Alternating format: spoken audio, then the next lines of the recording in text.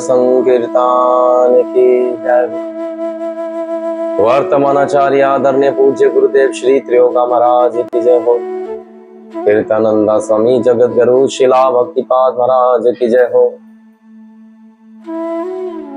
ऐसी भक्ति वेदांत स्वामी अभयचंद विंशिला प्रभुपाद महाराज की जय हो। पतित पावन गौर सुंदर महाप्रभु की जय हो। श्री राधा वृंदावन चंद्र भैर भगवान की जय हो। श्री राधे कृष्ण भगवान की जय हो। पतित पावन गौर सुंदर महाप्रभु की जय हो। श्री कृष्ण गोपाल लड्डू गोपाल की जय हो। श्यावर रामचंद्र की जय हो। पवन पूत हनुमान महाराज की जय हो।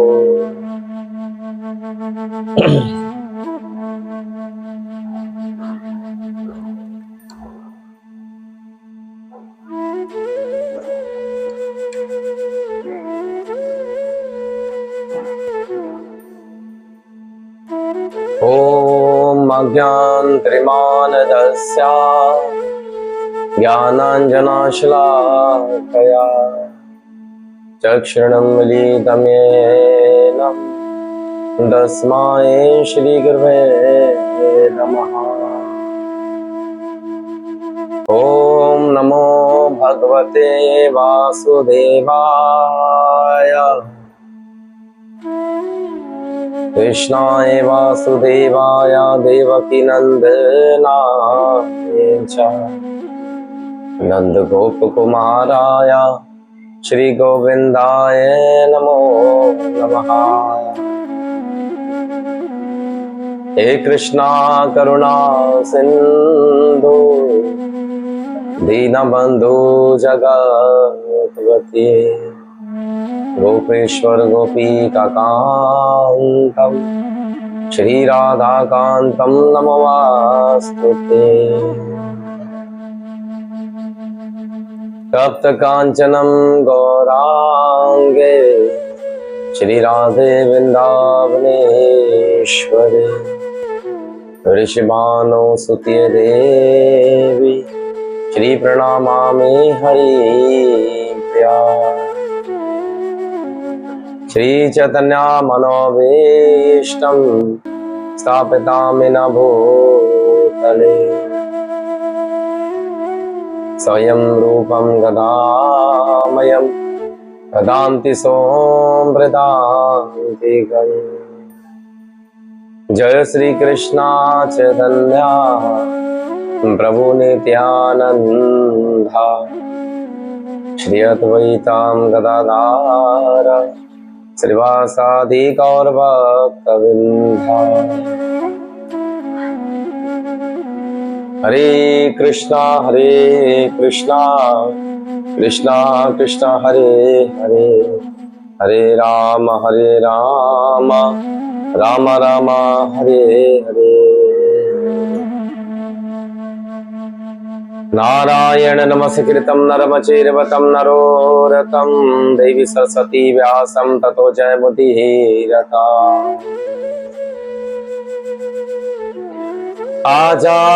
आजातुलम्बभुजो किनकावतारतो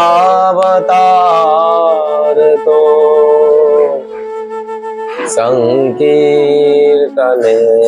कपितारो कमलायताष्टको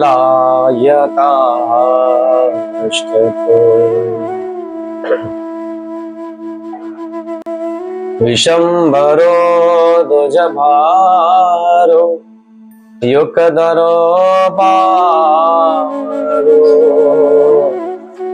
वंदे जगते प्रियकारो करुणावतारो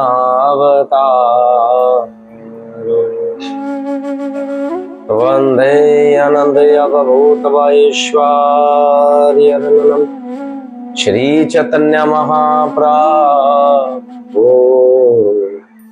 निभजिति अभीति प्रसादे भक्ति शास्त्रे प्रियायते। जय जय श्री चैतन्य निताय जय नित्यानंदा जय अद्वैत चंद्र जय गौर भक्तवृंद। श्री चैतन्य प्रसाद दत्त सवरो वस्यः विनहेशार्यरणं बालो यातपि कर्ततातशास्त्रं दृष्टतात्वा व्रजलीलायसन्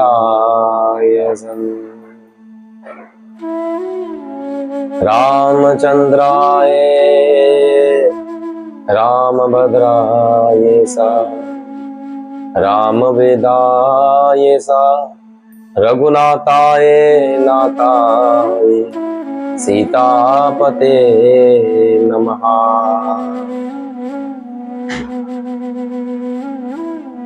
मनोजवं मारुत्य तुल्यवेगम् जितेन्द्रियं बुद्धिमात्रवेश्वरम् वाताजमोतं वानरयोतमोकम् श्रीरामचन्द्रं शरणं प्रपद्ये। कर्पूरगौरं करुणावतारं संसारसारं भुजगेन्द्रहारं सदा वसन्तं हृदयारविन्दे भवं भवानी सहितं नमामि। गौरी शंकर उमापति महादेव की जय हो। सियावर रामचंद्र की जय हो। पवन सुत हनुमान की जय हो। श्री गिरधर गोपाल लड्डू गोपाल की जय हो। वर्तमान आचार्य आदरणीय पूज्य गुरुदेव श्री त्रियोगा महाराज की जय हो। कृतानंदा स्वामी जगत गुरु शीला भक्तिपाद की जय हो। ऐसी भक्ति वेदांत स्वामी अभय चरण रविंद शीला प्रभुपाद महाराज की जय हो। पतित पावन गौर सुंदर महाप्रभु की जय हो।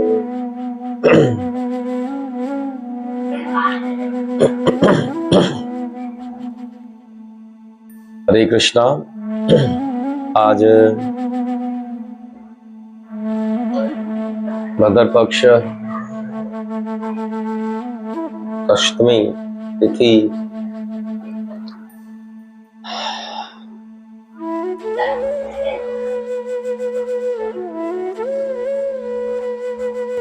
आज के इस पावन दिवस पर हम सब लोग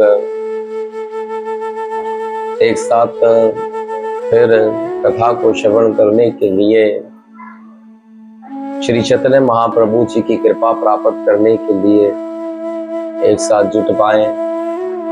सर्वप्रथम हम अपने गुरुदेव श्रीमान त्रियोगा महाराज जी के श्री चरणों में प्रणाम करते हुए, शिला भक्तिपाद महाराज जी के श्री चरणों में प्रणाम करते हुए, शिला प्रभुपाद महाराज जी के श्री चरणों में प्रणाम करते हुए आज की कथा को प्रारंभ करते हैं। आज चैतन्य महाप्रभु जी की विशेष कृपा से हम महाप्रभु जी के उपदेशों को अपने जीवन में उतार कर अपनी भक्ति में उन्नति कर पाने का जो सौभाग्य और जो लाभ उठा पा रहे हैं, यह एक और एक मात्र हमारे गुरु महाराज और श्री चैतन्य महाप्रभु जी की कृपा है। क्योंकि महाप्रभु जी की कृपा ही हमें भगवान की लीलाओं को समझने का एक यत्न बताती है। भगवान की लीलाएं समझने के लिए हर कोई कथाएं सुनता है, लेकिन उस कथा में मन किसी किसी का लगता है, और कथा में जिनका मन लग जाता है उन व्यक्ति को में से भी कोई एक ऐसा होता है जिससे कथा सही प्रकार से समझ आ पाती है, और उनमें से भी कोई एक ऐसा व्यक्ति होता है जिसके हृदय में भगवान कृष्ण का प्रेम प्रज्वलित होता है। इसीलिए आज हम सब लोग श्री चैतन्य चरितामृत के मध्य लीला के 5वें भाग को प्रारंभ करते हैं। अध्याय 22वां। प्रतिदिन हम सब लोग मिलकर श्री चैतन्य महाप्रभु जी की लीलाएं, उनकी प्रेरणाओं को श्रवण कर कर अपनी भक्ति में उन्नति कर पाने का एक सौभाग्य सुन पा रहे हैं, समझ पा रहे हैं और भक्ति में प्रगति कर पा रहे हैं। आज फिर हम सब लोग श्री चैतन्य महाप्रभु जी के उपदेशों को श्रवण करने से पहले यहाँ आए हुए समस्त वैष्णव जन, भक्त जन, यूट्यूब आदि के जरिए भी जो कोई भी इस कथा को श्रवण कर रहे हैं, उन सब वैष्णवों के श्री चरणों में मेरा हार्दिक कोटि कोटि प्रणाम है। आप समस्त वैष्णवों की कृपा और प्रेम मात्र से यूट्यूब पे भी बहुत लोग इस कथा को श्रवण कर पा रहे हैं। ये सब चैतन्य महाप्रभु जी की कृपा है। जूम पे भी हमारे भक्त लोग इस कथा को श्रवण कर पा रहे हैं, ये गुरु महाराज का आशीर्वाद है। आए हुए सब वैष्णव का धन्यवाद है, अपना कीमती समय निकालकर इस कथा को श्रवण कर रहे हैं। तो भगवान श्री कृष्ण की कृपा आप सब पर बनी रहे, आप लोग सब लोग किसी प्रकार से भगवान वासुदेव की कथा को समझ पाए और श्रवण कर पाए। धन्यवाद। हम कथा प्रारंभ करते हैं। 22वें अध्याय में बताया जाता है, मध्य लीला के 5वें भाग में भगवान श्री कृष्ण पिछले कुछ श्लोकों में चैतन्य महाप्रभु जी असत संग को त्यागे यही वैष्णव आचार्य, जो असत संग त्यागते हैं वही वैष्णव होते हैं, और जो भगवान हरि के भक्तों का संग्रह करते हैं वही भक्ति में उन्नति कर पाते हैं। अब तक हम सब लोग इन्हीं सब बातों को लेकर कथा को समझ पा रहे थे, कथा को सुन पा रहे थे। आज हम सब लोग दोबारा से इस कथा के भीतर चलते हैं, जहाँ भगवान कथा के प्रारंभ में चैतन्य महाप्रभु जी अपनी प्रेरणा द्वारा फिर हमें एक नए उपदेश और नई एक उमंग बताते हैं। महाप्रभु जी कहते हैं कि कृष्णदास कविराज गोस्वामी महाराज जी इस विषय में लिखते हैं, ये सारी कथाएं श्री कृष्णदास कविराज गोस्वामी महाराज जी के माध्यम से सबको मिली है, जो महाप्रभु जी के एक बहुत बड़े पार्षद थे, जिन्होंने महाप्रभु जी के एक एक उपदेशों को श्री चैतन्यचरितामृत में लिखा। ऐसे कृष्णदास कविराज गोस्वामी महाराज जी को प्रणाम करते हुए हम कथा आगे बढ़ाते हैं। विज्ञाय जनर हृदय विज्ञाय जानार हियाय यदि कृष्ण गुण ज्ञान अन्ये तिजाय भेज तत्तः उद्धव प्रमाणम। जब कोई अनुभवी व्यक्ति कृष्ण तथा उनके दिव्य गुणों का वास्तविकता से ज्ञान प्राप्त कर लेता है तो वह वास्तविकता रूप से अन्य कार्य को त्याग देता है। अर्थात जब कोई व्यक्ति वास्तविकता से भगवान हरि की भक्ति में लग जाता है, भगवान हरि पे उससे विश्वास हो जाता है, भगवान हरि से उसका प्रेम हो जाता है, तो वह वास्तविकता रूप से अन्य कार्यों को त्याग देता है। वे सारे भौतिक समाज के कार्य को त्याग देता है। देखिए, ये बात हकीकत है। जब हमारा मन भगवान हरि की भक्ति में लग जाता है, भगवान से जब हमारा प्रेम जुड़ जाता है, कई प्रकार की जो रोजनामा की क्रिया हम करते हैं अपने जीवन में, अच्छी बुरी कोई भी, जब हम भगवान की तरफ मूव होते हैं, भगवान की तरफ हमारा प्रेम, हमारा मन लग जाता है भगवान की सेवा में, तब हमारे साथ क्या होता है कि हम उन सारी चीजों को त्यागते हैं और भगवान की भक्ति के लिए आगे बढ़ पाते हैं। क्यों? ये बात हमें सोचने की है।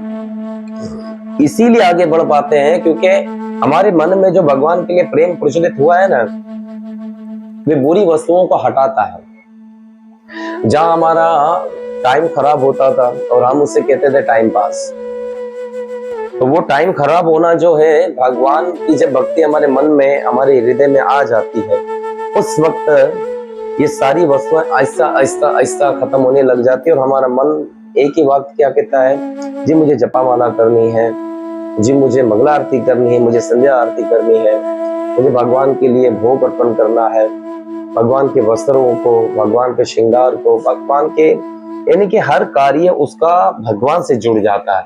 फिर भौतिक जगत के सारी चीजों से उसका मन आहिस्ता आहिस्ता आहिस्ता खत्म होता जाता है। तब क्या होता है, शुद्ध भक्ति की तरफ आगे बढ़ता है। चैतन्य महाप्रभु जी यही बात हम सबको समझा रहे हैं कि जब भक्तों का संग्रह होता है, गुरु महाराज का आशीर्वाद मिलता है, तो आहिस्ता आहिस्ता ये सारी वस्तुएं हमसे खत्म होती जाती हैं और हम कृष्ण भक्ति में आगे प्रगति कर पाते हैं। लेकिन किस प्रकार से?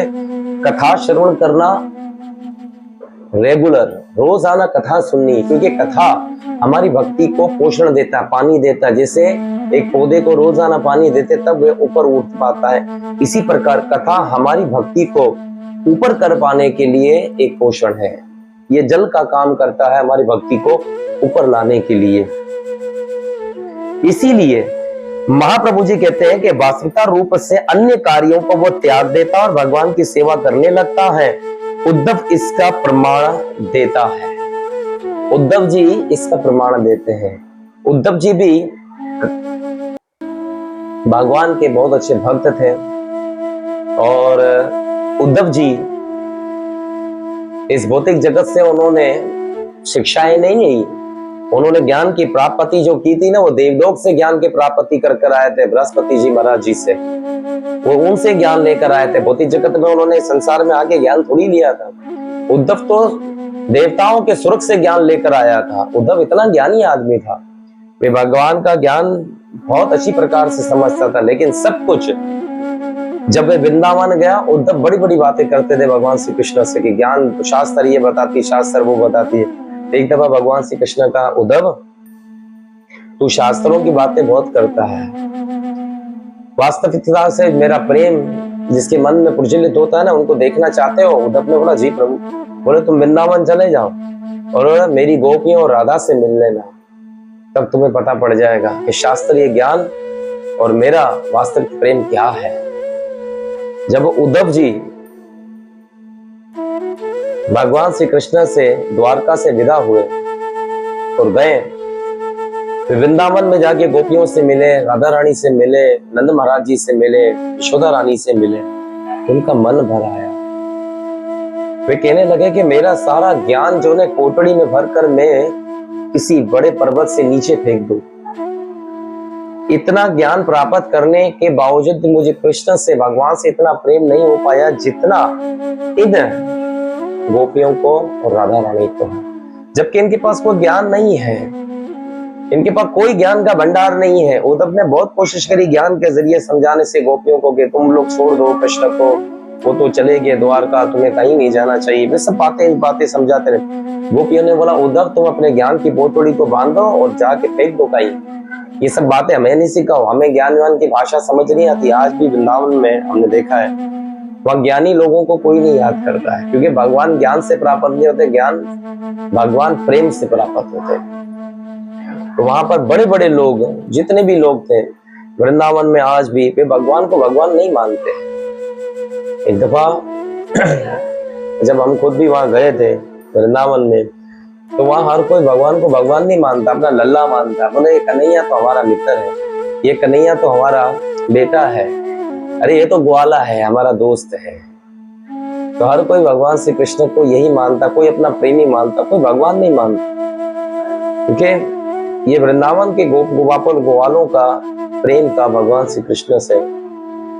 एक बार भगवान श्री कृष्ण अपने ग्वाल वालों के बीच में बैठे हुए थे, तो ग्वाल वालों ने के बीच में बैठे बैठे भगवान श्री कृष्ण के जब ऐसे ठाट हुआ करते थे कि एक के गोद में सर रखते थे, एक के कंधे पे हाथ होता था, एक भगवान के चरण दबा रहा होता था, एक भगवान की कमर दबाता था, एक मस्तक दबाता था। भगवान बैठे बैठे नाच पाठ उनका भगवान का वहां पे भी था। भगवान ने बैठे बैठे कहा हाँ भाई क्या चाहिए तुम लोगों को, क्या देखना चाहते हो, कुछ मांगो मुझसे, तुम लोग बहुत सेवा करते हो। सब ग्वाल वाल बोले यार कन्हैया एक बात बता। बोले क्या? बोले सारी चीजें जो है हम जो देख रहे हैं तू सब काम कर देता है, तो वास्तविकता से तू है क्या? बोले सब नहीं चलाता हूँ ये सब। बोले तू एक उंगली पे पर्वत भी उठा लेता है, तो ये सब चीजें है क्या? आखिर तू कौन है? बोले मैं स्वयं परमात्मा हूँ। भगवान है तू? अच्छा चल ठीक है। तो एक ने कहा बोले कन्हैया तू भगवान है ना, तो चल मुझे बता वैकुंठ कैसा है, हमको वैकुंठ दिखा। तू तो भगवान है ना, तू बहुत बड़ी बड़ी बातें करता, तू भगवान है, तो चल हमको वैकुंठ दिखा के ला। भगवान कृष्ण ने कहा अच्छा वैकुंठ दिखाना है, इसमें कौन सी बड़ी बात, लो अभी दिखा देते तुम्हें वैकुंठ, चलो मेरे साथ। सारे ग्वाल वाल मिलकर गए भगवान श्री कृष्ण के साथ। भगवान ने उनको वाहन पे बिठा दिया, चलो भाई चलो। गए सारे लोग गए, वैकुंठ दिखाया। भगवान ने देखो दूध की धार बहती है, यहाँ रिम झिम वर्षा गिरती है, हवा वायु देवता ऐसे प्रकाश है, बहुत अच्छे यहाँ वायु देवता का जो वास होता है, ठीक है ना। यह सूर्य प्रकाश, यहाँ कभी अंधकार नहीं होता है, या किसी चीज का रोग नहीं होता है, कोई खान पान की आवश्यकता नहीं, यहाँ सब कुछ परिपूर्ण है। सब लोगों ने देखा, वाह भाई वाह, हीरे जैसा महल है, सब कुछ है, सब हरियाली है, बहुत शांति है। तो सब ग्वाल वालों ने देखने के बाद बोले, कन्हैया तेरा बैकुंठ तो हमने देख लिया है। बोले हाँ, और बोलो क्या देखना। बोला अब तेरा बैकुंठ छोड़ तू, अभी हमको दोबारा लेकर चल। बोले कहाँ? बोले दोबारा गोलोक, वृंदावन, हमारे गोकुल। बोले बैकुंठ में आने के बाद भी तुमको गोकुल ही जाना है? बोले तेरा बैकुंठ तेरे पास रख कन्हैया, हमको तुम्हारा जो ना ये गोकुल पसंद है, हमको हमारा वृंदावन पसंद है। ये तेरी चमक धमक जो भी है ना, ये हमारे वृंदावन के आगे फीकी है। हम तो ऐसे देखने का विलाप कर रहे थे, तूने दिखा दिया ठीक है, लेकिन हमारे वृंदावन जैसा नहीं है। हमारे वृंदावन में हमें बहुत आनंद आता आज भी। यानी वे ग्वाल वाल क्या मान रहे भगवान को? भगवान नहीं मान रहे, वे अपना सखा ही मान बैठे। और क्या वेकुंठ में पहुंचने के बाद भी कहते हैं नहीं, हमको दोबारा लेकर चलो, हमको तो वहीं जाना है, हम यहाँ तीरे नहीं, हम तो देखने के लिए आए थे, बस जाना तो हमें वहीं है। कहते हैं कि जब ऊंट मरता है ना, तो मरने से पहले ऊंट अपनी गर्दन जो है ना राजस्थान की तरफ घुमाता है, क्योंकि वो मरते मरते राजस्थान को देखता है। तो ये ऊंट का लक्ष्य वही होता है। इसीलिए सारे ग्वाल वालों ने भगवान से कहा, प्रभु हम लोग को तो दोबारा करनी है, तू वहीं लेकर चल। भगवान ने कहा ठीक है चलो, फिर तुम सबको मैं वृंदावन ले चलूंगा। फिर भगवान दोबारा आगे बैठ गए। तो उद्धव जी को ये सब बातें समझाई जा रही है। तो यहाँ पे क्या बताया जा रहा है कि उद्धव का बड़ा बड़ा ज्ञान इस बात का प्रमाण देता है कि वे सब नष्ट हो गया। क्यों? क्योंकि भगवान के नाम का प्रेम उसके मन में विचलित हुआ। किसके माध्यम से? गोपियों और यशोदा रानी और नंद महाराज जी राधा रानी की कृपा से। देखिए, गोपियां, राधा रानी और भगवान श्री कृष्ण, नंद महाराज जी, इन सब का प्रेम भगवान श्री कृष्ण से क्या था? एक वात्सल्य प्रेम है, एक माधुर्य प्रेम है, एक सखा भाव। भगवान ने इन तीनों चीजों का आनंद लेने के लिए ही कृष्ण अवतार लिया था। ये कंस बकासुर को मारने के लिए थोड़ी लिया था। भगवान को तो इसी चीज का, विपरमन रस का आनंद लेना था भगवान को, तो परकरिया रस का आनंद लेना था भगवान को। तो ये सब चीजें भगवान को आनंद लेना था, तभी तो भगवान का प्रकट ही हुआ था। आगे के श्लोक में महाप्रभु जी बताते हैं, शरणागतार्य आकन्नीर्य एकाई लक्षण तार्य मध्य परव्याशीय आत्मा संपूर्णम। अरे भगत दो प्रकार के होते हैं। आकिंचन जो पूर्णत्यात संतुष्ट और समस्त भौतिक कामनाओं से मुक्त होते हैं। आकंचन जिसमें किसी भी चीज की आकांक्षा नहीं होती है, किसी भी चीज की कामना नहीं होते हैं, वे आकंचन बताए जाते हैं। दो प्रकार के भक्त होते हैं, जो केवल भगवान की भक्ति के ही लिए वे परिपूर्ण रहते हैं, हर समय भगवान के नाम का चिंतन करते हैं, भगवान का ही विषय में सोचते हैं। महाप्रभु जी कहते हैं दो प्रकार के भक्त होते हैं, जिनके मन में कोई भी मनोकामनाएं नहीं रहती, वे केवल मेरे ही चिंतन करते हैं। और वे जो भगवान के चरण कमलों में पूर्णतयात शरणागत होते हैं, उनके गुण एक से ही होते हैं। अरे किंतु जो कृष्ण के चरण कमलों में शरणागत हैं, उनमें एक दिव्य गुण और पाया जाता है, वे है आत्मा संपूर्ण का गुण। एक है भगवान के अलावा अतिरिक्त कुछ नहीं जानते, और एक वो होते हैं जो भगवान के दिव्य चरणों की तरफ अपना मन लगाए रखते हैं, अपना ध्यान लगाए रखते हैं, और हमेशा उन दिव्य चरणों की तरफ ही अपना विचार रखते हैं। ऐसे भक्तों को आत्मा निवर्तन कहा जाता है। क्या बताया जाता? आत्मा संपूर्ण कहा जाता है ऐसे भक्तों को, जो प्रतिदिन भगवान श्री कृष्ण के चरणों की तरफ अपना ध्यान लगाए रखते हैं। मन में जप भी करते तो भगवान श्री कृष्ण हरे कृष्ण कृष्ण हरे राम राम राम हरे हरे, श्री कृष्ण के चरणों की तरफ ध्यान लगाते हैं। क्योंकि भगवान चरणों से ही हमें दर्शन दे सकते हैं, क्योंकि हम जैसे जैसे चरण के अलावा हम ऊपर से अगर भगवान का दर्शन करके रहेगा ना, तो माया हमें भ्रमित करती है। तो भगवान के चेहरे में ना बड़ा आकर्षण है, तो इसलिए हमारे साधु संत और गुरु महाराज बताते हैं कि भगवान के चरणों की तरफ हमें अपना ध्यान लगाना चाहिए, हमारा ध्यान उसी ही तरफ लग सकता है। ऐसे भक्तों को आत्मा संपूर्ण यानी कि जिन्होंने सरेंडर कर दिया है भगवान के आगे। भगवान जो कुछ है वो आप ही है, आपके अलावा इस भौतिक जगत में और कोई नहीं है। जो आठों पैर भगवान श्री कृष्ण के चरण कमलों का ध्यान लगाते हैं। ये आठों पैर श्री कृष्ण के चरणों में ध्यान लगाने वाला एक और एक मात्र इस संसार में सबसे ज्यादा जो ध्यान लगाता है श्री कृष्ण के श्री चरणों का, हम जिसे अपनी वाणी द्वारा अपने मन में और अपने गुरु महाराज जी के पावन शब्दों द्वारा अक्सर सुनते आए, जिनका नाम, जिनके विषय में हम अक्सर ये बात समझते आए हैं कि जिनकी कृपा मात्र अगर हम सब पर नहीं होती तो शायद हम श्री कृष्ण भक्ति नहीं कर पाते। ऐसी ही अपनी बरसाने वाली और अपनी सेवा को हमेशा भक्तों पर बरसाने वाली, अपनी कृपा बरसाने वाली हमारी श्रीमती राधा रानी है। हम ब्रह्मवैवर्त पुराण से श्रीमती राधा रानी के विषय में आज चर्चा करेंगे। श्रीमती राधा रानी भगवान श्री कृष्ण के श्री चरणों का हमेशा ध्यान लगाने वाली, उनकी हर वस्तुओं का ध्यान रखने वाली, उनको किससे आनंद मिलता है वे सब चीजों का ध्यान रखने वाली, ऐसी हमारी श्रीमती राधा रानी। आज हम श्रीमती राधा रानी के विषय में श्री ब्रह्मवैवर्त पुराण से श्रवण करेंगे कि राधा रानी का प्रकट ये किस प्रकार से हुआ, राधा रानी का प्रकट ये कहाँ हुआ, हम इस पर कथा करेंगे। ब्रह्मवैवर्त पुराण में श्रीमती राधा रानी के विषय में बताया जाता है। आज हम उसे श्रवण करते हैं क्योंकि कल अष्टमी तिथि है और भद्र पक्ष है। इस अष्टमी तिथि पे श्रीमती राधा रानी जी का आविर्भाव हुआ और कल के दिवस श्रीमती राधा रानी का हम इस संसार में आविर्भाव हुआ, उनके लिए हम व्रत भी रखेंगे।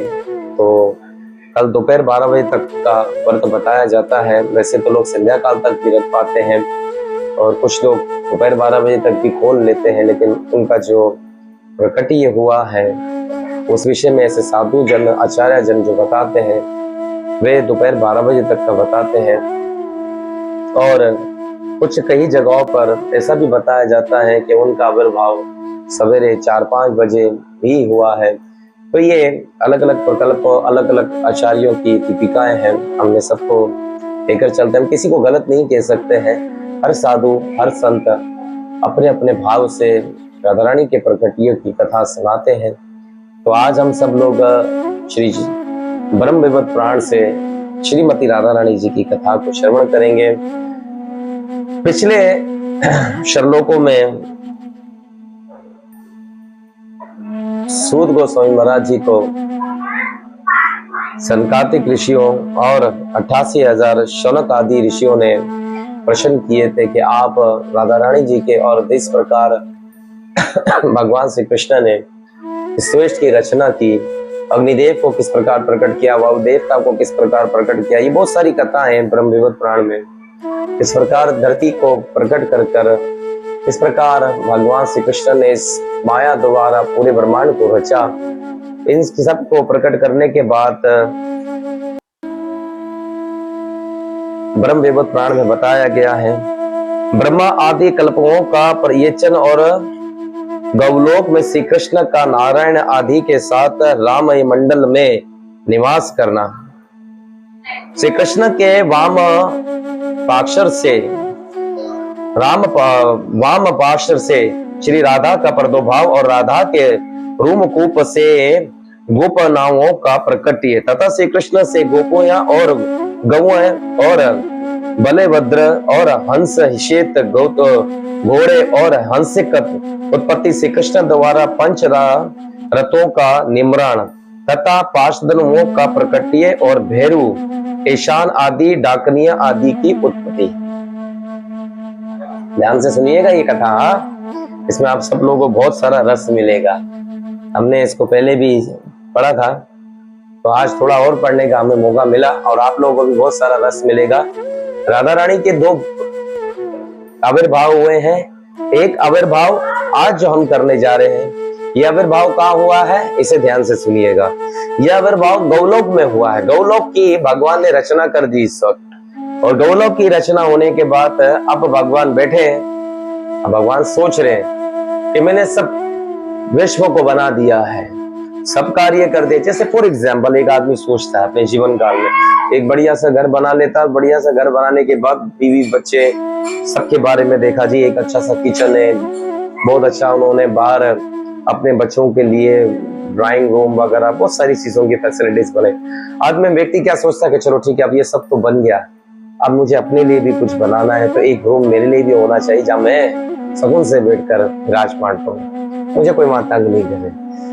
तो इसी प्रकार भगवान श्री कृष्ण ने सोचा कि अब मैंने सब कुछ बना दिया है, अब क्या करना चाहिए। तो कहते हैं, महर्षि शौनक के पूछने पर सूत कहते हैं कि हे ब्राह्मण, मैंने सबसे पहले ब्रह्म कल्प के चरित्र का वर्णन किया है, अब वराह कल्प और पद्म कल्प इन दोनों का भी वर्णन करूंगा, सुनिए। अरे मनु, ब्रह्म, वरा और पद्म ये तीन प्रकार के कल्प हैं। तीन प्रकार के कल्प बताए जाते हैं, मनु, वरा और पद्म, ये तीन प्रकार के कल्प बताए गए हैं। ठीक है, आगे बताऊंगा कि कल्प क्या है। जो कर्मक्ष प्रकट होते हैं, जैसा सत्ययुग, त्रेता युग, द्वापर युग और कलयुग, ये चारों युग कर्म से ही कहे गए हैं। सतयुग, त्रेता युग, द्वापर युग और कलयुग, ये क्या बने? चतुर्युग। एक चतुर्युग बना, 4 युग बीतते तो एक चतुर्युग बनता है। वैसे ही वे कल्प भी 360 युगों का एक दिव्य युग माना जाता है। 360 युग मिलते हैं तो एक दिव्य युग माना गया है। इस कहे गए 71 दिव्य युगों का एक मनवंतर बनता है। 360 युग बीतते हैं तो एक दिव्य युग माना जाता है, एक युग माना जाता है। 360 युगों का एक दिव्य युग माना गया है। 71 युग बीतते हैं, 71 बार ये युग बीतते हैं तो एक मनवंतर बनता है। क्या बनता है? एक मनवंतर बनता है। अब एक मनवंतर कैसे बना, ध्यान रखिएगा। 1 मिनट कितने? 1 मिनट बीता, 1 मिनट के बाद 60 मिनट बीतते हैं, मेरे ख्याल में 1 घंटा बन जाता है। और 1 घंटे के बाद फिर 2 घंटे, 2 घंटे के बाद 24 घंटे जब बीत जाते तो 1 दिन बनता है। और जब इसी प्रकार से ये दिन 7 बार बीतते तो 1 हफ्ता बनता है। और जब 4 हफ्ते बीतते तो 1 महीना बनता है। और जब 12 महीने बीतते तो 1 साल बनता है। और जब ये सब 1 साल, यानी कि जैसे हम अभी कहा है कलयुग में, तो कलयुग की आयु कितनी बजा जाती है? 3,32,000 साल, 4,32,000 साल से ऐसी। तो ये कलयुग की अवधि बताई गई है। इस कलयुग की अवधि के अंदर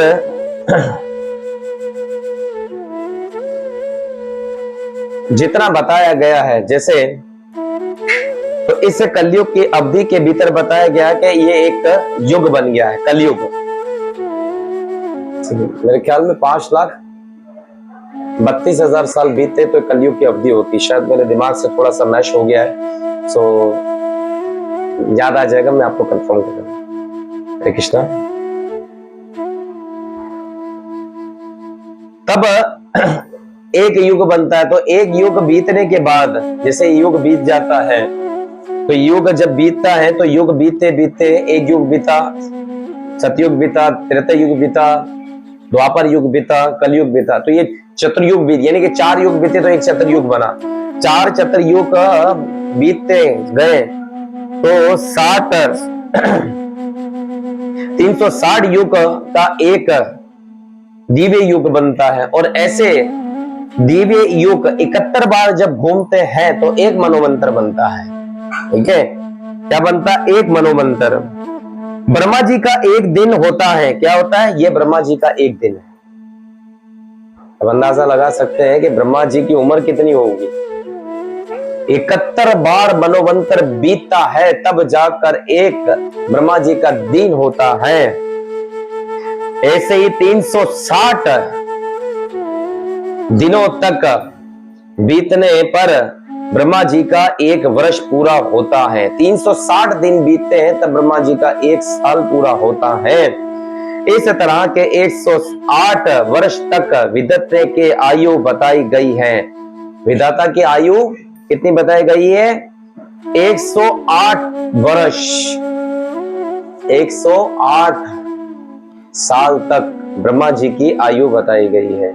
हरे कृष्णा कृष्ण कृष्ण हरे हरे, हरे राम राम राम हरे हरे, हरे कृष्णा कृष्ण कृष्ण हरे हरे, हरे राम राम राम हरे हरे।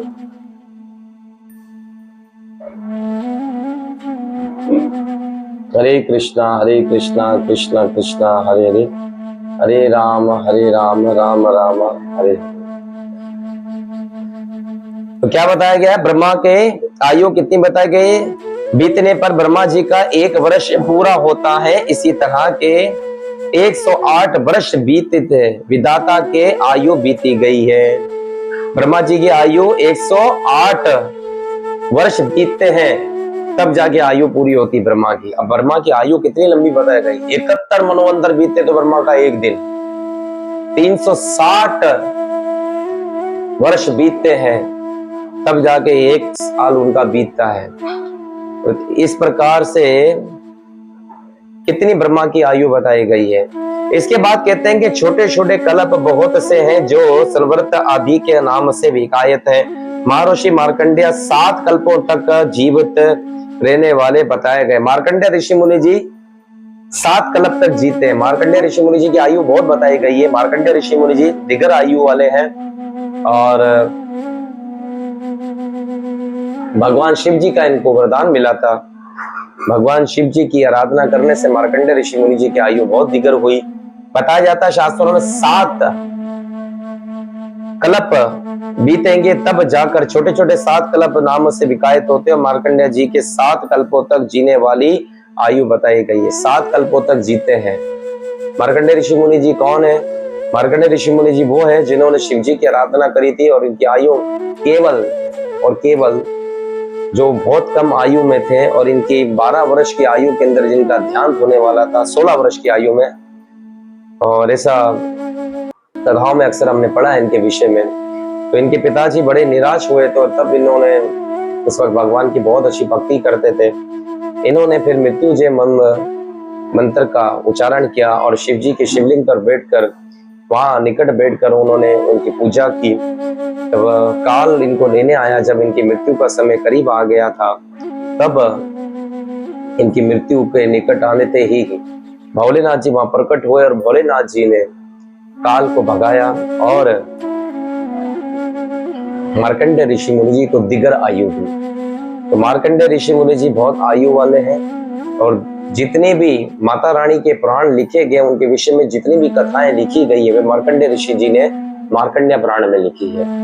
तो अभी आने वाले नवरात्रि में हर कोई नवरात्रि में कथा तो कम सुनते हैं, ज्यादातर डांडिया खेलते हैं। डांडिया खेलने का मकसद ये नहीं है कि आप भगवान की कथा और इन सब चीजों को छोड़ दो, तो वे एक मनोरंजन में लग जाते हैं। लेकिन वास्तव में उन्हें मार्कंडेय पुराण और देवी भागवत सुनना चाहिए और रामायण सुनना चाहिए। ये ऐसे ग्रंथ नवरात्रि में सुने जाते हैं। लेकिन यहाँ पे लोग गाने लगा देते हैं और उल्टा सीधा सब चलता होता है वहाँ पे। तो ये सब नवरात्रि का मकसद ये होता है कि उस वक्त हमें आहार कम करना होता है और साधना ज्यादा करनी है। क्योंकि ये 4 महीने चतुर्युग जो मैंने आपको शुरू से बताता हुआ आया हूँ, ये 4 महीने भगवान की भक्ति के हैं। इसमें जितना हो सके भगवान के नाम का संकीर्तन करना चाहिए, भगवान के नाम का उच्चारण करना चाहिए।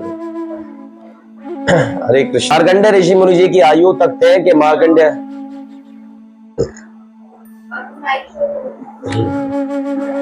ऋषि मुनि जी की आयु पे थे कि इतनी बड़ी आयु उनकी बताई जाती है।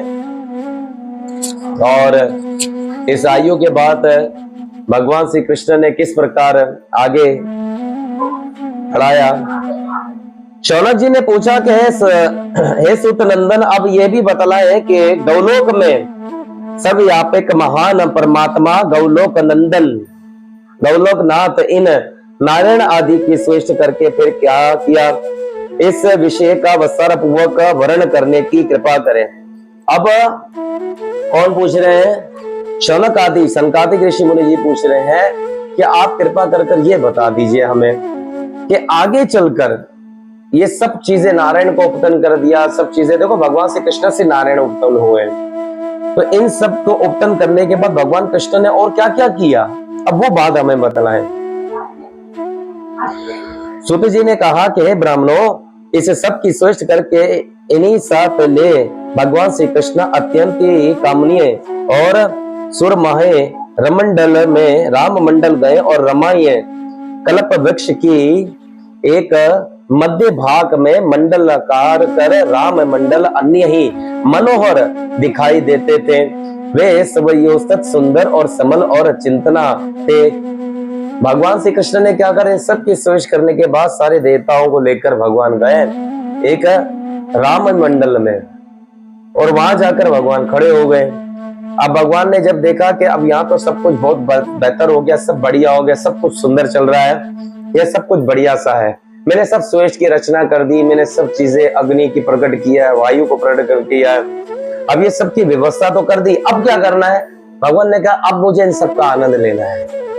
अब आनंद लेने के लिए क्या बताया गया कि उस वक्त राम मंडल का एक दर्शन कर कर वे सब लोग आश्चर्य से चिकित होकर उठे और वहां से कृष्ण के वाम पागरेश्वर वाम पाहेश्वर से एक कन्या प्रकट हुई। कौन प्रकट हुई? भगवान के वाम भाग से एक कन्या प्रकट हुई। वे कन्या भगवान के वाम भाग से प्रकट हुई और चिकित हो उठे। वैसे कृष्ण के वाम भाग से कन्या प्रकट हुई जिसने दौड़कर फूल लेकर आकर भगवान के चरणों में अगर प्रदान किया। और वे कन्या कौन थी जो भगवान के वाम भाग से प्रकट हुई? वे श्रीमती राधा रानी थी। बोलो श्रीमती राधा रानी की जय हो। तो राधा रानी के दो प्रकटीय हुए, एक प्रकटीय कहाँ हुआ?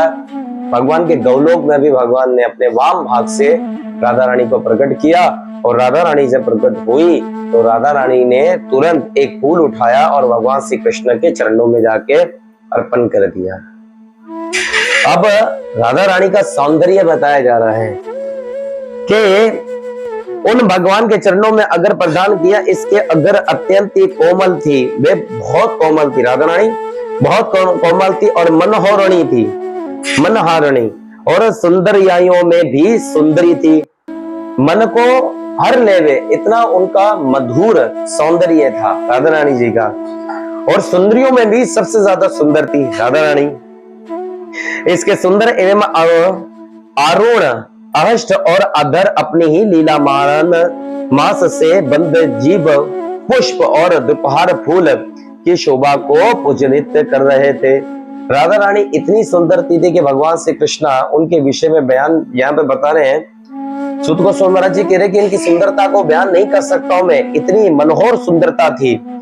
अरे दांत वे पुयंत और मोतियों की तरह शिरोमणि को त्रस्त थे। दांत कैसे थे? राधा रानी जी के मोती जैसे चमकते हैं ना, ऐसे राधा रानी जी के दांत बताए जाते, त्रस्तुक्त करती थी, एकदम व्हाइट। वे सुंदरी किशोरी बड़ी ही मनोहर थी।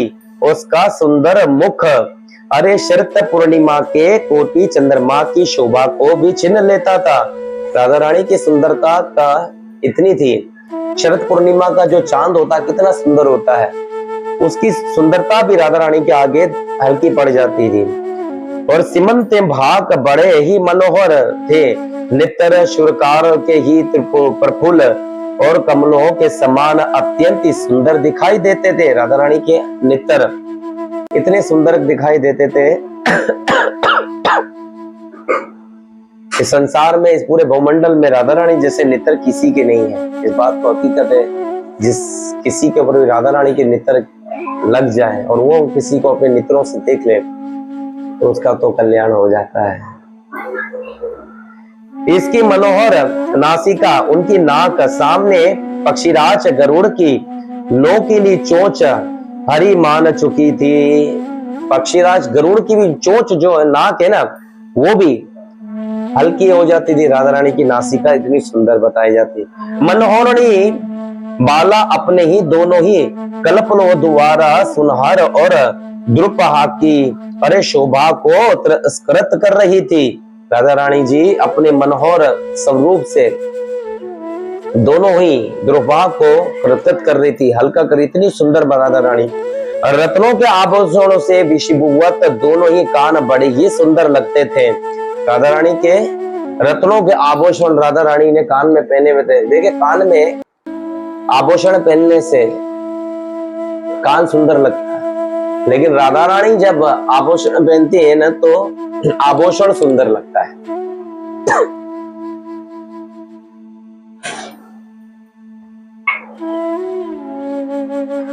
इस प्रकार से राधा रानी के विषय में ये सुंदर कल्पों में चंदन, अगरू और कस्तूरी और कुंकुम और सुंदर सिंदूर की बंदों से पत्थर चन्हा की गई थी। अरे जिससे भी वह बड़ी ही मनोहर जान पड़ती थी। इसके सवर और अरे केश, पाश, बाल और मालती के माला से भी अलौकित थे। राधा रानी के बाल, मालती की माला होती है ना, उससे भी ज्यादा सुंदर राधा रानी के बाल बताए जाते। चोटियां बड़ी सी बनती राधा रानी की, बड़ी चोटियां होती है।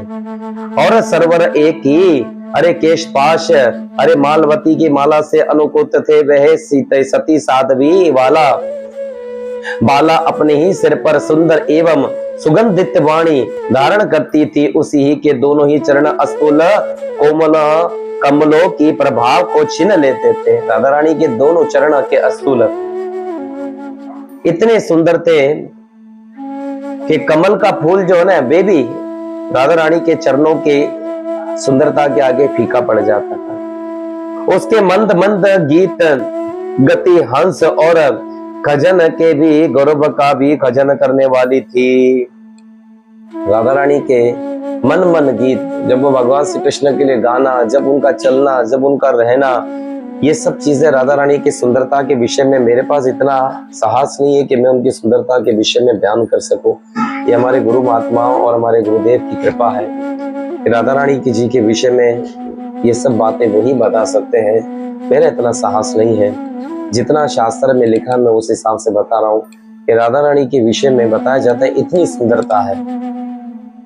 कहा जाता है कि रत्नों में निमृत केर के कंगन और सुंदर रत्नों के सार भाग से निमित्त अत्यंत मनोहर पाश और गलों की मालाएं, राधा रानी के गले में जो मालाएं वे भी इतनी पास और बहुमूल्य रत्नों का बना और झनक कराता था। वैसे झनकता था जब राधा रानी उसे अपने गले में डालकर कहीं जाती थी तो छन छन छन गले की मालाएं भी चरचर चलाल करने लगती थी। अन्य नाना प्रकार के अरे चित्रकंठन और सुंदर जोड़े आभूषण पहने हुए थी।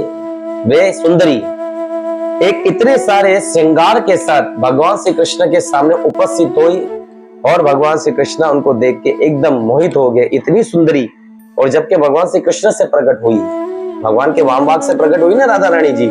आज सब ये बात जानिएगा, राधा रानी का प्रकट ये पहले कहा हुआ, गोलोक में हुआ। वहां गोविंद से वार्तालाप करके उनकी आज्ञा पा मुस्कुराती रही और श्रेष्ठ रत्न माए सिंहासन पर बैठ गई। फिर राधा रानी ने भगवान श्री कृष्ण से आज्ञा पाई और फिर भगवान श्री कृष्ण के सिंहासन के पास निकट जाके वो बैठ गई और दृष्ट अपने ही उन प्रण वल्लभ के मुखार बंधन को ही लगी हुई थी। वे हमेशा राधा रानी जी भगवान श्री कृष्ण का मुखार बिंदी देखती रहती थी। उसी ही किशोरी के अरे रूम रूप से तत्काल ही गोपियों अरे गोपनियों का आविर्भाव हुआ। राधा रानी के ही शरीर के, उस किशोरी के शरीर से ही रूमकूट से, रूम किसे कहते हैं, ये बाल है ना हमारे, रूमकूट से इससे कौन प्रकट हुए, राधा रानी की सखियां, जितनी भी गोपियां हैं ना, सब राधा रानी के ही रूमकूट से प्रकट हुई। ये सब राधा रानी की सेवा के लिए उपस्थित रहती थी और रूप वर्ष के द्वारा भी उसी के ही समानता करती थी। तो उनका रूप भी बहुत सुंदर था। राधा रानी ने जितनी गोपियों को उपतन किया था ना, वे सब भी बहुत सुंदर थी। वे बस सब की सब सुंदर थी। सुंदरता में बहुत उनका रूप बताया जाता है। उनकी संख्या लक्ष कोटि की थी। उनकी संख्या भी हजारों प्रकार लाखों संख्याओं में सारी गोपियां वहां उपस्थित हो गई। वे सब की सब नित्य ही सुरक्षित यौवन थी। वे सब की सब सुंदर थी और सब युवा थी, यानी के यंग थी। और सखियों के जानकार वे वृंदावन में गौलोक में गोपनंग गुरुओं की उकती संख्या ही निर्धारित की गई है। अरे इन गोपियों की संख्या जो है ना, ये गौलोक में ही गोप गुरुओं की उकत संख्या ही निर्धारित की गई है। अरे मनु, फिर तो श्री कृष्ण रूम कृपा, श्री कृष्ण के रूम कृपा से भी उसकी शरण गोपो। अब यहां से क्या हुआ कि श्री कृष्ण, भगवान श्री कृष्ण के भी रूम रूप से कौन प्रकट हुए? सारे गोपाल, ये जितने भी थे ना गोप, जो भगवान श्री कृष्ण के साथ रहते थे, सब भगवान ने अपने रूप कूट से इनको भी प्रकट कर दिया। आविर्भाव हुआ जो रूप और वेश में भी उन्हीं के ही समान थे। संख्या विकट महर्षियों का कथन है कि श्रुति में गौलोक के कामन्य मनोहर और रूप वाले गोपों की संख्या 3 करोड़ 32 बताई गई है। सॉरी, 3 करोड़ बताई गई है। कितनी बताई गई है? गौलोक में भगवान श्री कृष्ण के पास जितने भी गोप गोपाल है, भगवान के सखा, तो भगवान के रूप को उससे प्रकट हुए थे, वो सब कितने बताए गए हैं? 30 करोड़। ये गो गोपाल 30 करोड़ इनकी संख्या है। फिर तत्काल ही श्री कृष्ण के रोम कर्मोप से नित्य ही सुर अस्तर यौवन वाली एक गाय प्रकट हुई। सुरभि गाय जो भगवान श्री कृष्ण को बड़ी प्रिय है। ये सुरभि गाय वो है जिसको इंद्र लेकर आया था जब इंद्र ने अपना कोप दिखाया था और खूब गोकुल पे बरसात की थी, और बारिश करने से भगवान ने गोवर्धन को अपनी उंगली पे उठा लिया था। तब इंद्र निराश हो गया था और तब वे भगवान से क्षमा याचना करने आया, और तब भगवान को उसने सुरभि गाय को लेकर आया था और सुरभि गाय के दूध से भगवान का अभिषेक करवाया था। ये वो सुरभि कहां से प्रकट हुई? भगवान श्री कृष्ण के ही गौलोक में ये सुरभि को भी भगवान ने प्रकट किया। ये सुरभि अर्थात एक नस्ल है। ऐसी सुरभि गायें अनेकों हैं। ये सब भगवान श्री कृष्ण की कृपा से ये सब वहां प्रकट हुई। अरे रूप रंग अनेक ही प्रकार के थे और भीतर से वे बिन विहित और सरड और सुरभि जाति गायें नाना प्रकार के सुंदर सुंदर बछड़े और अत्यंत ही मनोहर और श्याम वाणी वाली बहुत सी कामधनु गायें भी वहां तत्काल प्रकट हो गई। ये कामधनु गाय क्या है? ये कामधनु गाय पहले कहां प्रकट हुई है? भगवान के गौलोक में। फिर भगवान ने इस कामधनु को कहां प्रकट किया था? जब समुद्र मंथन हो रहा था ना, तब भी ये कामधनु को भगवान ने वहां भी प्रकट। कामधनु एक नस्ल है। भगवान ने इस नस्ल को पहले अपने गौलोक में प्रकट किया। कामधनु गौ को भी प्रकट किया है। आज आप अंदाजा लगा सकते हैं कि गौ भगवान श्री कृष्ण के शरीर से प्रकट हुई है, और गौ का वध करना सोचो कितना बड़ा अपराध होता है। ये गौ वध यानी कि भगवान के शरीर से जिस चीज का प्रकट हुआ है उसका वध हो रहा है। अरे उसमें एक मनोहर, अरे बेल व्रत को जो करोड़ों सिन्हा के सम्मानी बलशाली था, श्री कृष्ण ने शिव को और सवारी के लिए दे दिया। फिर भगवान श्री कृष्ण ने क्या करा? उन कामधनु गौ के साथ एक बैल भी प्रकट हुआ जो बहुत बलवान था, और भगवान श्री कृष्ण ने वो बैल किसको दिया? क्योंकि वहां पर भगवान के साथ कौन थे? निकट में सारे देवस्थान थे ना, हमने पिछले बात पढ़ते हुए आ रहे थे। इन सबको लेकर भगवान गौलोक गए थे। फिर भगवान ने राधा रानी को प्रकट किया। अब भगवान के साथ ये सब निकट में खड़े हुए। भगवान ने जब सुरभि को और कामधनु को प्रकट किया तो वहां पे एक बैल भी प्रकट हुआ, और भगवान ने क्या करा? वो बैल उठाकर भोलेनाथ जी को दे दिया। बोले तुम इसके ऊपर अपना वाहन बनाओ, तुम इस पे सवारी करा करो। वो भोलेनाथ जी के पास वो बैल गया जिसका नाम हुआ नंदी। तत्पश्चात श्री कृष्ण के चरण कमलों के नाक छिंद्र से सहसा मनोहर हंस पक्षी प्रकट हुए। ये हंस प्रकट हुए। हंस कितने थे? हंस आपने देखे ना, हंस, हंस की ऐसी क्वालिटी बताई जाती है कि हंस को अगर दूध और पानी मिलाकर दे दिया जाए तो हंस क्या करता है, दूध में से पानी में से दूध को निकाल लेता और पानी छोड़ देता है। हंस में ऐसी क्वालिटी बताई जाती है कि दूध और पानी को मिक्स करके हंस को दे दिया जाए तो वो पानी छोड़ देता है, दूध निकाल लेता है। तो हमेशा हंस के इस गुणों को हम सबको समझना चाहिए। किसी भी व्यक्ति से मिले तो उसके अच्छे गुणों को ले लो और उसके बुरे गुणों को छोड़ दो। ये हंस की क्वालिटी बताई गई है, उसका हंस का गुण है ये। भगवान श्री कृष्ण ने क्या करा, इन सारे हंसों को उठाकर अपने तपस्वियों को और अपने भक्तों को दे दिया कि भाई तुम सब लोग जाओ और तुम लोग सब लोग जाकर जो ना अपने इस हंस की सवारी पे तुम सबको रहना है। ये सारे तपस्वी जो लोग थे, ब्राह्मण लोग थे, इन सबको भगवान ने हंस दे दिए। तदनंतर परमात्मा ने श्री कृष्ण के बाएं कान के छिद्र से सफेद रंग के घोड़े का समुद्राय प्रकट हुआ, जो बड़ा ही मनोहर जान पड़ता था। उनमें से एक अदश्रुत और गुप्रण का नाम वल्लभ, अरे गोपाल नाव वल्लभ श्री कृष्ण ने देव स्वभाव में विराजमान धर्म को सवारी के लिए दे दिया। धर्मराज को भगवान श्री कृष्ण ने वो घोड़ा सवारी के लिए दे दिया। ये उग्रशर्वा घोड़ा है, ये भी एक जात है उग्रशर्वा की। ये हवा में उड़ने वाला घोड़ा होता है, बहुत बलवान बताया जाता है, बहुत सुंदर होता है ये घोड़ा। और जब समुद्र मंथन हुआ था तो इस घोड़े को उठाकर भगवान ने बलि महाराज को भी दिया। ये उसकी नस्ल है, ठीक है। तो पहले किसको दिया? धर्मराज जी को दिया, फिर बाद में राजा बलि को भी भगवान ने दे दिया था। और परक्रामी सिन्हा की शरण प्रकट हुए श्री कृष्ण ने उनमें से एक सिन्हा, जो फिर भगवान से कौन प्रकट हुए? शेर, जो बहुत बलवान थे। उन बलवानों और शेरों में से भी एक बलवान शेर जो सब बलवानों का बल लेकर प्रकट हुआ था, वे भगवान श्री कृष्ण ने बहुमूल्य श्रेष्ठ हर से अनोकित बड़े ही आदर के साथ प्रकृति दुर्गा को देवी को अर्पित कर दिया। अब दुर्गा देवी को वो शेर भगवान श्री कृष्ण ने अर्पित कर दिया। उन्हें वही सिन्हा दिया गया जिस वे लेना चाहती थी। इस शेर को वो लेना चाहती थी दुर्गा देवी।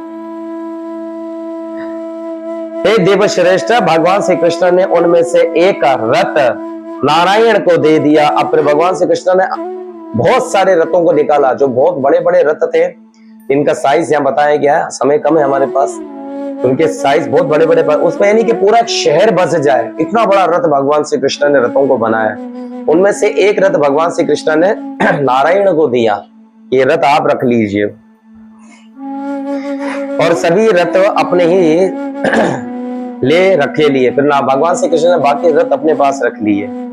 भगवान के गृह देश से भूत प्रेत पिशाच और कुशमंडल और भ्रम राक्षस और विकत्ति औरत वाले वेताल प्रकट हुए। फिर भगवान के गुद्रभाग से कौन प्रकट हुए? बेताल, पिशाच, भूत प्रेत, भ्रम राक्षस, ये सब प्रकट हुए। ये सब भगवान ने इन सबको प्रकट कर दिया। तदंत से कृष्ण के मुख से कुछ पाशधर प्रकट हुए। जो भगवान श्री कृष्ण के मुख से कुछ पाशधर, यानी कि जो भगवान जैसे ही चार भुजाएं लेकर प्रकट हुए, शंख चक्र गदाधर उनके हाथ में था। भगवान ने अपने पाशधरों को, अपने सैनिकों को भी प्रकट कर दिया, तुम भी मेरे साथ प्रकट हो जाओ। फिर कुबेर के प्रकट किया, फिर कुबेर देवता को हवाले किया और वे बहुत प्रतिभक्त भगवान शंकर की अर्पित कर दिए गए। फिर भगवान ने क्या करा, ये जितने भूत प्रेत थे ना, ये भोलेनाथ जी को अर्पण कर दिए। भोलेनाथ तुम इनके साथ संभालो, तुम इनको रखिएगा। तदंतर श्री कृष्ण के चरण वंदना से अरे दीप भजू और हाथों चंप वाले लिए हुए से अरे श्रेष्ठ पाशरथ भी प्रकट हुए। इस प्रकार से बहुत सारी चीजें भगवान श्री कृष्ण से गोलोक में प्रकट हुई है। अभी इनमें से बहुत सारी चीजें नीचे आएगी, हम पढ़ेंगे इसके विषय में, कल भी हमारी कथा है इसमें। अरे मस्तक पर चंद्रमा का प्रकट धारण करते हुए वे सबके सब अरे विशाल कार्य थे और दिगंबर थे और प्रचलित थे, अग्नि शिखा के समान जान पड़ते थे। अरे शिव के समान जे तेजस्वी थे और रूरू भेरू सिन्हा भेरू, काल भेरू, अति भेरू, क्रोध भेरू और भीषण भेरू, महाभेरू तथा खट्टवाक भेरू, ये 8 भेरू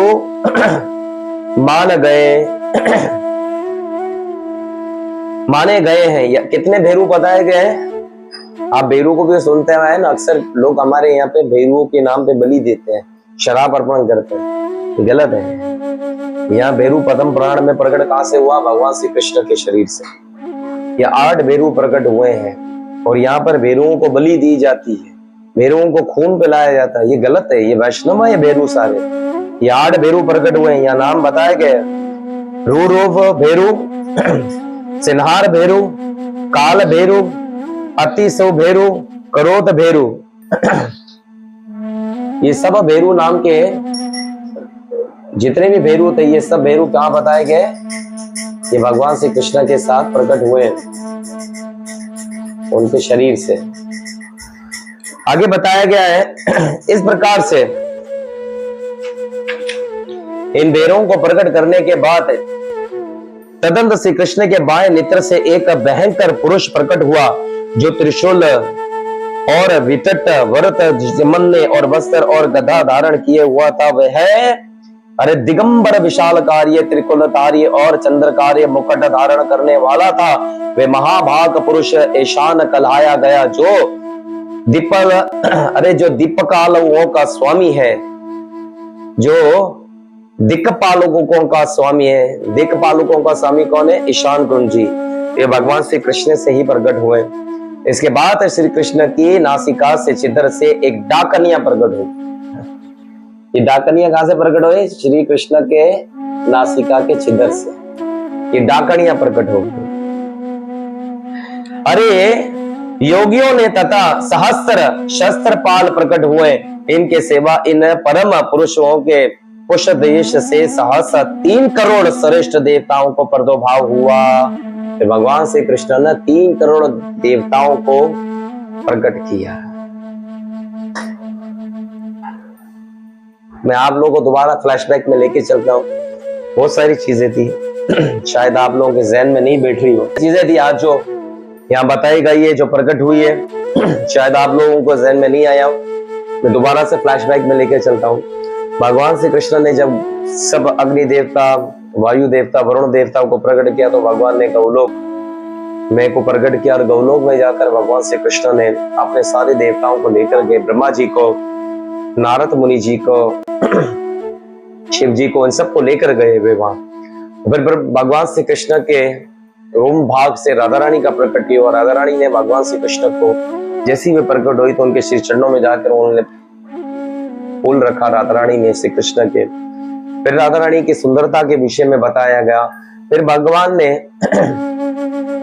गौएं प्रकट करी, ग्वालों को प्रकट किया, गोपियों को प्रकट किया। गोपियां कहां से प्रकट हुई? राधा रानी के रूम भाग से गोपियां प्रकट हुई। जो हम लोग देखते हैं वृंदावन के अंदर, गौलोक गोकुल के अंदर भी जो भगवान श्री कृष्ण के साथ रोमांच हुआ, ये सब जो रास लीला होती थी, ये सब राधा रानी की सखियां हैं। क्योंकि राधा रानी के ही ये गोपियां राधा रानी से प्रकट हुई थी। क्योंकि राधा रानी ने अपना भाव ये प्रकट किया था कि मैं अपने एक शरीर से कृष्ण की सेवा नहीं कर पाऊंगी पूर्ण तरीके से। कृष्ण की सेवा करने के लिए उन्होंने अनेकों गोपियों को प्रकट कर दिया, क्योंकि मेरे शरीर से अनेकों गोपियां प्रकट हो जो आठों पैर से कृष्ण की सेवा करें। तो ये सारी गोपियां राधा रानी ही है, ये अलग अलग नहीं, सब राधा रानी ही है। इसी प्रकार भगवान श्री कृष्ण ने गोप गोपालों को भी प्रकट किया। ठीक है, 30 करोड़ गोप गोपाल प्रकट हुए, ऐसा ब्रह्म विभूत पुराण में बताया गया। सुरभि गाय फिर प्रकट हुई। सुरभि के बाद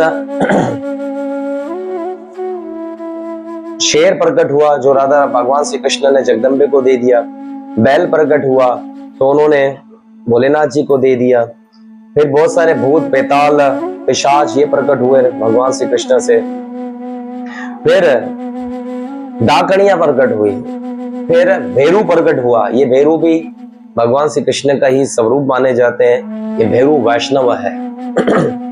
यहाँ हर कोई भैरू को क्या दर्जी देता है हमें नहीं पता, लेकिन ब्रह्म विभूत में भैरू श्री कृष्ण का ही स्वरूप है। ठीक है। डाकणियां भी भगवान श्री कृष्ण से प्रकट हुई, इन सबको भगवान ने अपना अपना एक स्टेप दिया है। इस प्रकार ब्रह्म वैवर्त पुराण के ब्रह्म खंड में यह अध्याय विराम हुआ।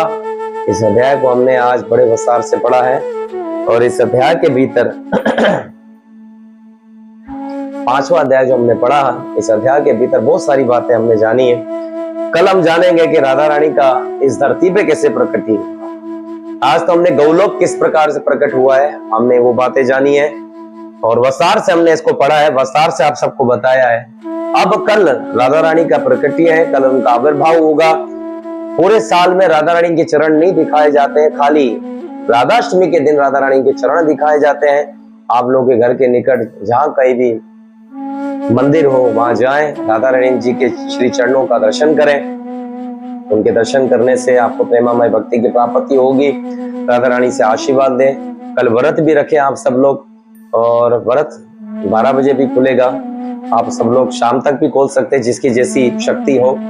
और प्रसाद और बहुत बढ़िया सा कीर्तन करें। हम शाम में फिर कथा करेंगे, तो आप सब लोगों के साथ फिर जुड़ेंगे कि राधा रानी जी किस प्रकार से भूमि पे आई और भगवान श्री कृष्ण ने क्या क्या लीला कर कर राधा रानी को यहाँ भूमि पे लेकर आए, और राधा रानी ने किस प्रकार से भगवान श्री कृष्ण से प्रेम किया।